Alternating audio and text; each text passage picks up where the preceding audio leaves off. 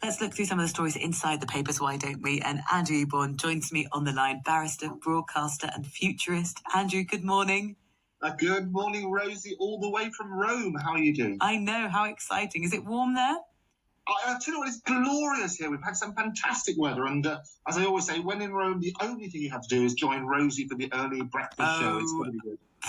Andrew, well, it's really grey here and miserable, and I'm totally fed up with the cold. I couldn't believe it when the other Andrew, taking part in the programme this morning, said it was snowing this morning. Andrew, let's take a look at the papers, why don't we? The Sun, The Times, various others, they're saying, Rishi Sunak and Suella Braverman say that they're going to take back control of our borders once and for all. Are they? Well, yeah, I think this is the thing, isn't it? Everybody's messed up until this time. Everybody's made all sorts of promises, none of which have been fulfilled. And as you rightly say, it's one of Rishi's, one of his 5 promises he's got to sort out the votes. And it's a real issue. I mean, the big issue is obviously people coming in, these illegal migrants coming in the boats. And basically, you've got to say, we're going to have complete crackdown, is what they're sort of turning around now. And Suella Braverman, she's done her own piece, say we owe it to the British people to deliver. Well, the way they're trying to do that is to close all the potential legal loopholes. So that obviously Parliament is sovereign, and effectively what they're trying to do is say, look, we're putting an absolute ban on people coming over. There are real issues with this, Rosie. Obviously, there's a huge backlog in processing. We've got capacity issues. I think it was claimants last year, there's only about 4% were actually processed. Rwanda's become a bit of a joke, but it may or may not come to fruition. It did manage to get through the High Court, where they said that the Rwanda policy was legal. It's now making its merry way to the Court of Appeal. But all of these things, it's obviously going to be a real hot potato as an election looms in not so many months away. It certainly will, and we'll hear details a little bit later, and we'll bring them to you here on Times Radio. Suella basically saying we need to stop these boats, and if you don't back that law, you're betraying Britain. Is that right? Well, it's all fighting language, isn't it? No more sticking plasters. You have to stop the criminal gangs. Well, I think that's absolutely right. There has to be the stopping of these criminal gangs. And you'll recall, obviously, 65 million was paid to the French to step up controls to stop boats, and there were drones being used and so on and so forth, and various other enforcement measures. And it did sort of prevent. We went from 40% prevention to 80% prevention. But still, the numbers coming over are absolutely alarming. There's a summit taking place, as you'll be aware. The 36th British Franco Summit is taking place on the 10th of March. And Rishi is a different approach, I think, with Macron to our good old Boris. So he's far more diplomatic. I think Boris was far more bullish, wasn't he? Yes, for sure. I still was amazed when Ursula von der Leyen at the beginning of last week called Rishi Dear Rishi. And you thought, gosh, we've entered a new era of relations here. Talking about relations, the Daily Star have really enjoyed their front page, the Gongfather. And it's a photograph. I want to say, well done, odd relations. Superb segue. I loved it. Should let that go on this. Stanley Johnson, 82-year-old YouGov poll put out there saying basically what Boris has done.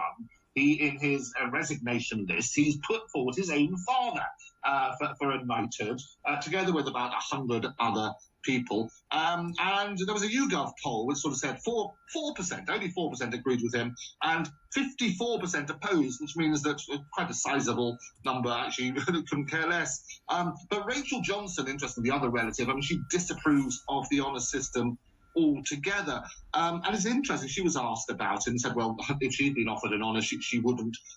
Stanley himself is a lovely man. I don't know if you know him, but he was a former MEP. He's an author and environmental campaigner. I'm sure that a very good case could be made for him. But it's up to now that the nomination has gone forward. It goes to the Cabinet Honours Committee for approval. But there are precedents, and a lot of people not sort of mention this. They just go for the glorious headlines about the Gongfather. There are precedents. There was Dame Norma Major, you might recall. There was also Sir Philip May and Sir Mark Thatcher. The point, however, is that none of those were proposed by former prime ministers. So it does raise all sorts of questions. I would say, however, that if Boris were entitled to put forward his father, I could imagine conversations behind closed doors. Stanley Johnson, maybe soon to be Sir Stanley, would say, well, why on earth didn't you, if you could? Well, the resignation honours list is in its sort of vetting process right now. When vetting's complete, it lands on the desk of the Prime Minister, who'll have to decide whether to approve the list. Do you think Rishi Sunak will say, yep, Stanley Johnson, yep, sure, that works? I think he's got to look to the future and work out what's going to happen with his own relatives a little bit further down the line as well. I think at a time when sensitivities are running so high with an election looming, it's what I call the smell test. And we'll come on to this when maybe we speak about other job offers and things like that. It is the smell test. If you ask the general public, the good British person on the street, what they would think it's not right. I mean, the YouGov... I wonder, early Breakfast Club members, let's do our own poll, shall we? Because the YouGov poll found that only 4% of voters thought Johnson should have nominated his dad. Should Stanley Johnson be on the list? Let me know what you think. You can text 87222. We can start a bit of a tally going. Or you can email earlybreakfastclub@times.radio. Andrew, would you say yes or no? Are you in the 4%? I think if they want to avoid all sorts of headlines around Boris and that sort of side in the lead up to the election, I think I would predict that it probably won't go through. So you're in the opposition. You're not in the 4%. Well, I think if you looked at it objectively, there is precedent. And as I say, Stanley's a wonderful man and rightfully deserves it. The difficulty is how it's come about. OK, you're not saying. Sounds like maybe you are in the 4%. Is that a talk about guts, Rosie? It's got to be good. Yeah, so you've got quite a complimentary vision of Stanley Johnson's CV. I think some of the details of his personal life might raise an eyebrow or two at the very least.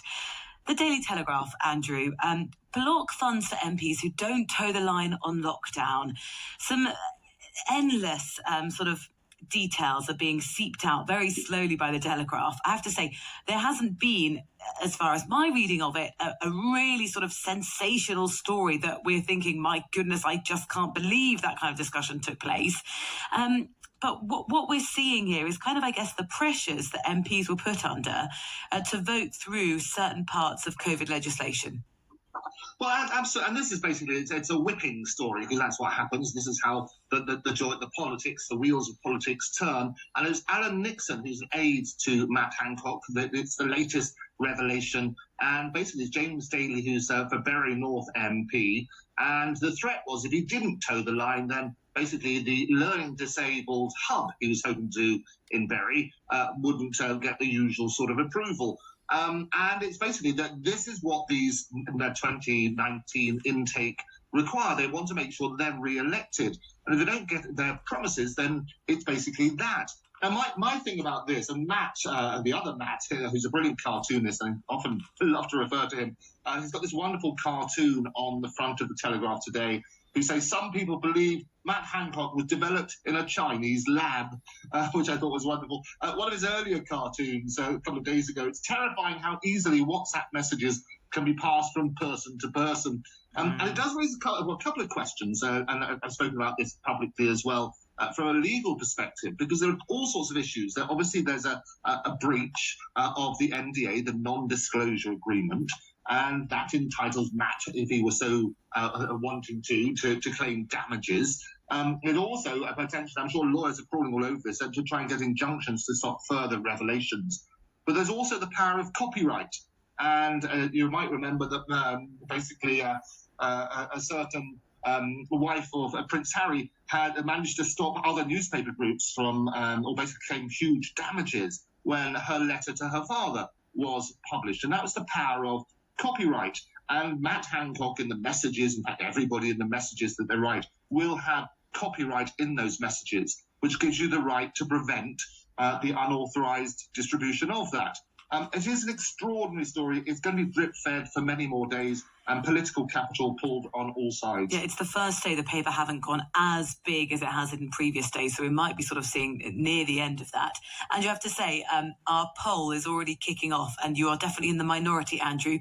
Good morning to Lynette, who's Early Breakfast Club number 82, who says no in caps for Stanley Johnson. Good morning to James in East Lothian, who says, read Johnson, it's corruption in plain sight. no exclamation mark. So there we go. The poll is off. Do you think that Stanley Johnson, are you part of the 4% who thinks, yes, it's okay for him to be on the list for knighthood? You can text me 87222, start your message. Oh, I'm enjoying this texter who's just said, good morning, Sir Stanley Johnson. Don't care. Well, Rishi Sunak is going to have to decide if he cares or not to cause a political headache for it. Very briefly, if we can, Andrew, let's just talk about these spy balloons apparently on the horizon to boost our defences. How so? Well, it's extraordinary, isn't it? Apparently, an absolute fortune has been spent on these potential spy balloons. And it all comes as a result, you might remember, everybody remembers about these Chinese spy balloons. And for me, it's really weird because it seems so low tech. In the days when we have drones, the days when we can hack into phone systems, we have all sorts of technological advancements.